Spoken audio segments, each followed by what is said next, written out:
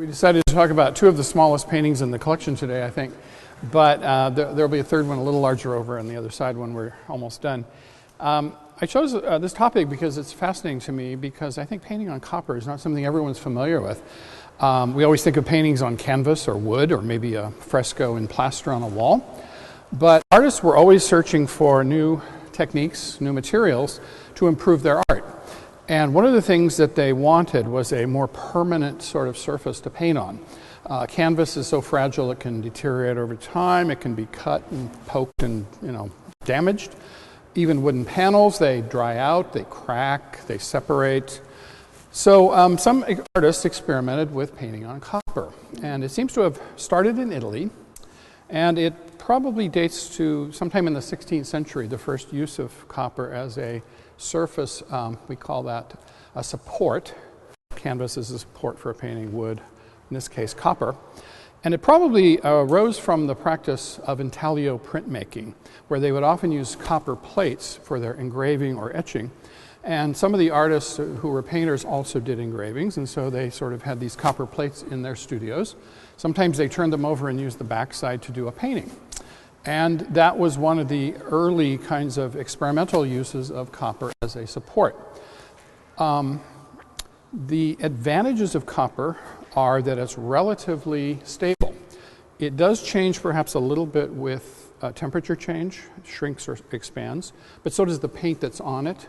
So it's not as bad as canvas or wood. And so it's much more stable. That's one reason. Another reason is that the surface is very smooth, and so you can get a very high sheen, a very glossy kind of picture, whereas the canvas has, that kind of texture to it. And there's, in fact, less preparation that goes into making a copper plate to paint on. In fact, we found some comments by an artist of the era, the 16th century, where he says the best preparation is to smear garlic juice all over the surface, and the sort of acids in the garlic interact with the copper, and they rough it up just enough so that the paint adheres really well. And then some artists also suggest that you put a little thin coating of some sort of dilute olive oil and varnish underneath, so that is a base to paint on. But if you know anything about painting on canvas or wood, you know that they have a lot more preparation they have to do. They put down layers of gesso and they have to smooth it and so on. So in a sense, it's a lot simpler and easier to prepare a copper plate to paint on. But because of the expense of the copper and because of the weight, generally copper paintings were pretty small. You couldn't do a big gigantic painting like you would with the huge altarpieces they painted on wood panels, for instance, or the big canvases. And so they tend to be used for smaller, precious kind of pictures. Quite often they were used for small portrait miniatures. Little keepsakes that people might have, almost like an icon that you might travel with or have in your bedroom or something. And that's kind of what these two panels here are. The thinner the copper, the better. They would often use a kind of a power press to flatten it, like a hammer, like a jackhammer almost, that would flatten, almost like when you're making veal parmesan and you have to flatten the veal by pounding it. They would pound on the copper sheet to flatten it as much as they could and make it as level and not bumpy and wrinkled. And then they could cut it and shape it to the size they want. The first known use of this, as I said, was in Italy. And in fact, Leonardo da Vinci wrote about, although we don't have actually preserved any identifiable paintings he did, he talked about painting on copper with enamel in one of his manuscripts. Enamel or oil were equally useful, I think, in this kind of painting. The difference, of course, enamel is something where you would heat the metal, and that's another good advantage of using copper, is it conducts heat pretty well, and it sort of dissolves the granular paint that they put on it that makes the enamel. But I think oil painting was more common than the enamel. We want to look at these two, and then we're going to go across the room and look at the floral painting. This is, of course, the earliest, and it's by Greco. Now, we all know him, I think, for the larger paintings. We have the Penitent St. Peter and so on, big altarpieces around here. I'm sorry, it's right next to me. But this is kind of a precious little piece, and it's pretty rare. We know he did paint on copper. There, for instance, is another small religious crucifixion scene, in fact, that's owned by a private collector in Houston that was on display at the Kimball recently. But this one by El Greco probably dates to the period when he, the early period of his arrival in Toledo. You probably know a little bit of his background. The very name El Greco, which is not his real name, it's a nickname, means that he's the Greek. He was born on Crete in Candia, which was a Venetian colony at the time. And so after getting his initial artistic training on Crete, he went to Venice, where he was immersed in, the world of Titian and the other great Venetian artists, and that's probably where he learned his great use of color. But Venice was also a place where copper was one of the medias that people were experimenting with, and so it's very probable, we can't prove it, but it's very probable that El Greco first learned to paint on copper in Venice.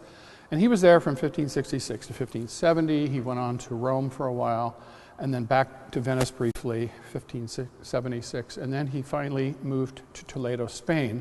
And we always think of El Greco as a Spanish painter because he did spend the rest of his life there, dying in 1614, but his basis in training really came from Italy.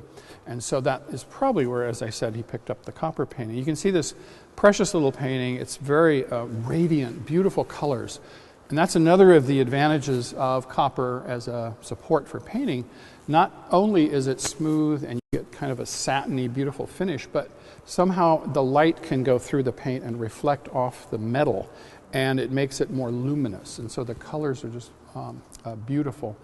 This one's very deep and rich because it's a nighttime scene. It doesn't, have broad daylight in it because it is, in fact, the adoration of the shepherds. So this is that very frequently represented. In fact, the composition is frequently represented by El Greco himself, and he kind of, in a way, cannibalized his own work, as many artists do. They find a composition they like, and they sort of rework it and reuse it in many paintings. And you can actually find oil paintings by El Greco that are kind of very similar in composition. But of course, it's a stock sort of image that was popular in religious art.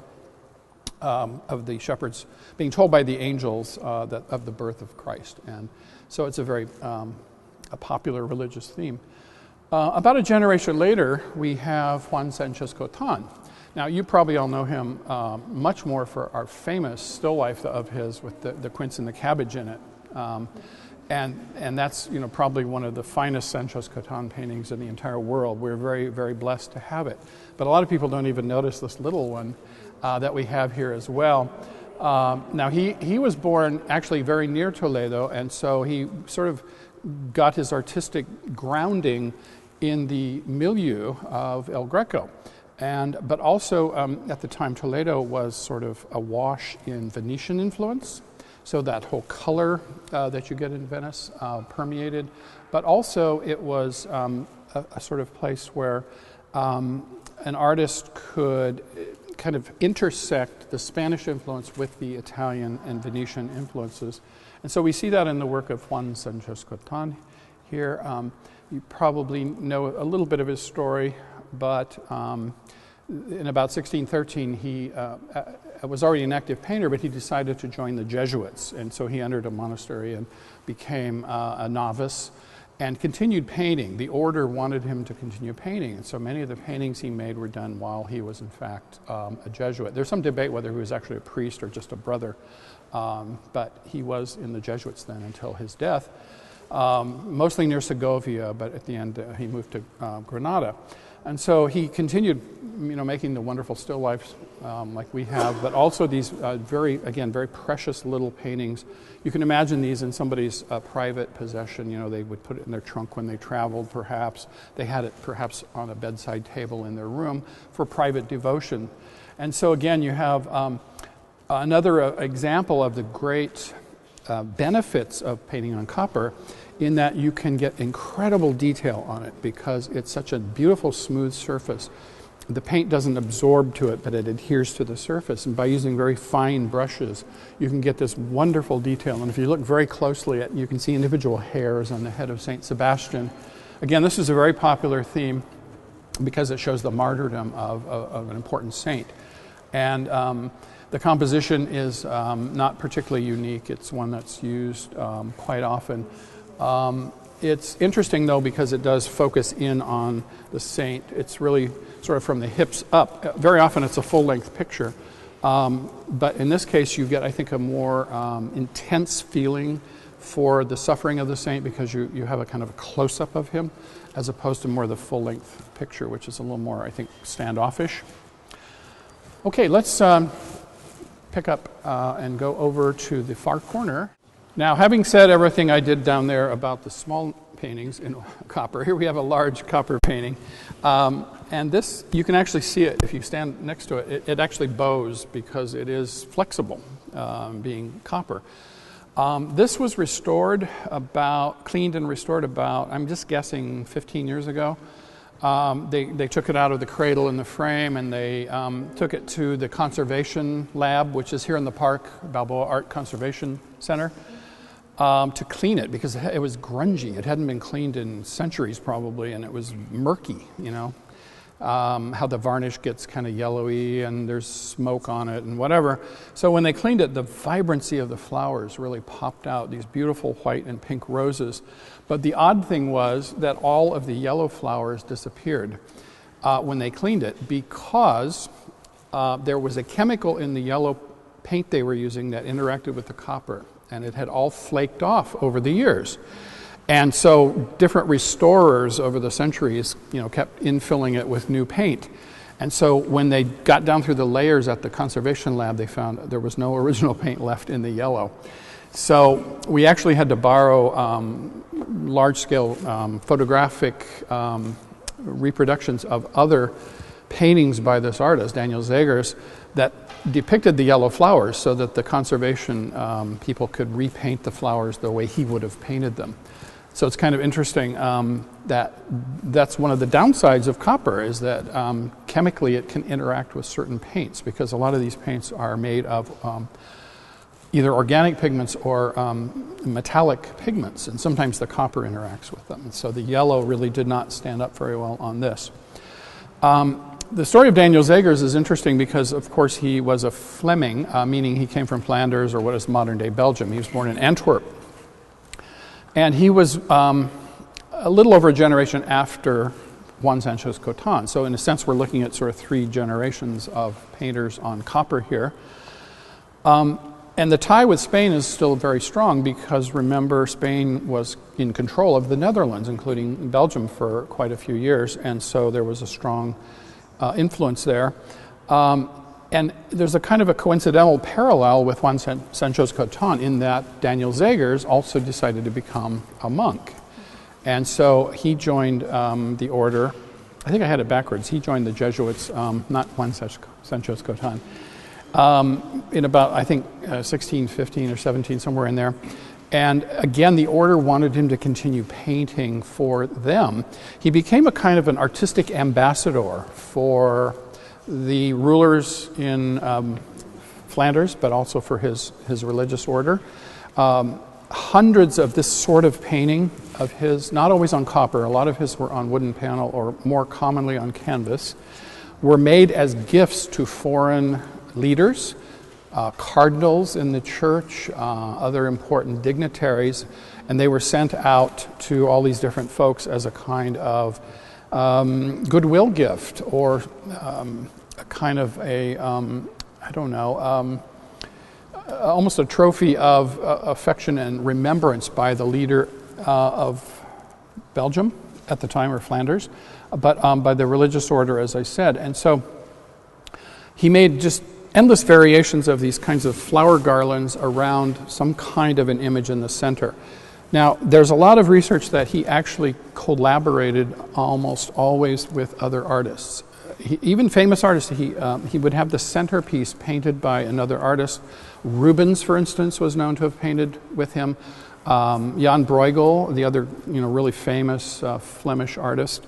And then he would paint the flowers around them.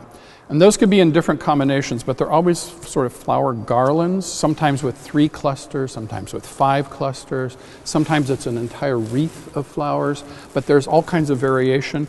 He's very, very naturalistic.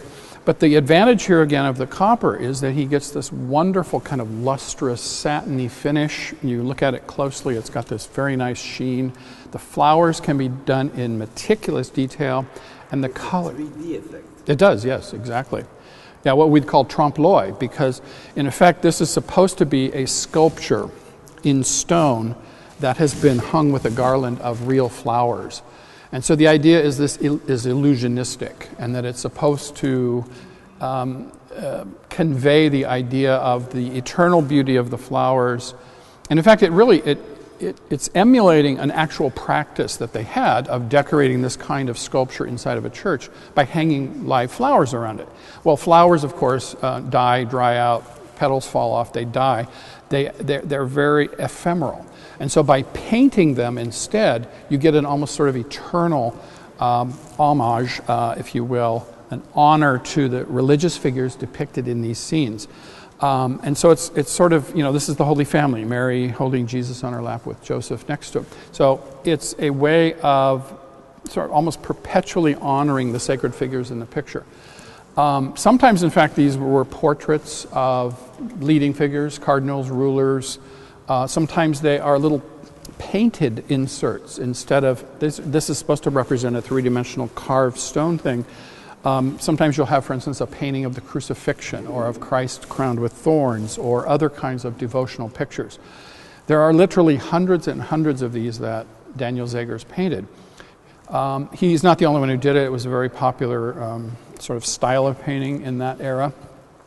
But he was sort of, I think, he was sort of the painter par excellence. He was able to just paint these flowers so beautifully. It's quite clear he was working with real flowers as his model. Probably went to one of the botanical gardens that were very popular in Brussels, Antwerp, and the other cities of Flanders and of Holland, where he could see, for instance, tulips, hyacinths, roses were always very popular. Notice also there are butterflies, beautiful butterflies or moths of different sorts. The most likely explanation is those were put in there as a kind of a reminder of the ephemeral quality of life, that these things are here and they're beautiful but they're gone soon. There's many sort of disputes about the interpretation of why the insects are often inserted in these pictures. Many people consider these kinds of still lifes as what you might call memento mori, that remembrance of death, remember that everything is temporary and ephemeral. But this is, I think, a very prized example of the kind of painting on copper that was done, particularly in the 16th and 17th centuries. It did linger on into about the 18th century, but after that it pretty much died out as it was replaced by more practical kinds of painting. Thank you all for your attention. Are there any questions? You say it was varnished over the top? Yes. Mm-hmm. Yeah, they always put some kind of a shellac or varnish on it. So there's no backing to the copper, it's just hung in there? No, there's a wooden, we call it a cradle. It's a kind of a framework that supports the back. And that was actually partly replaced when they did the last restoration of it, because those cradles, being of wood, can crack and expand and contract, and then they split, and they often have to be.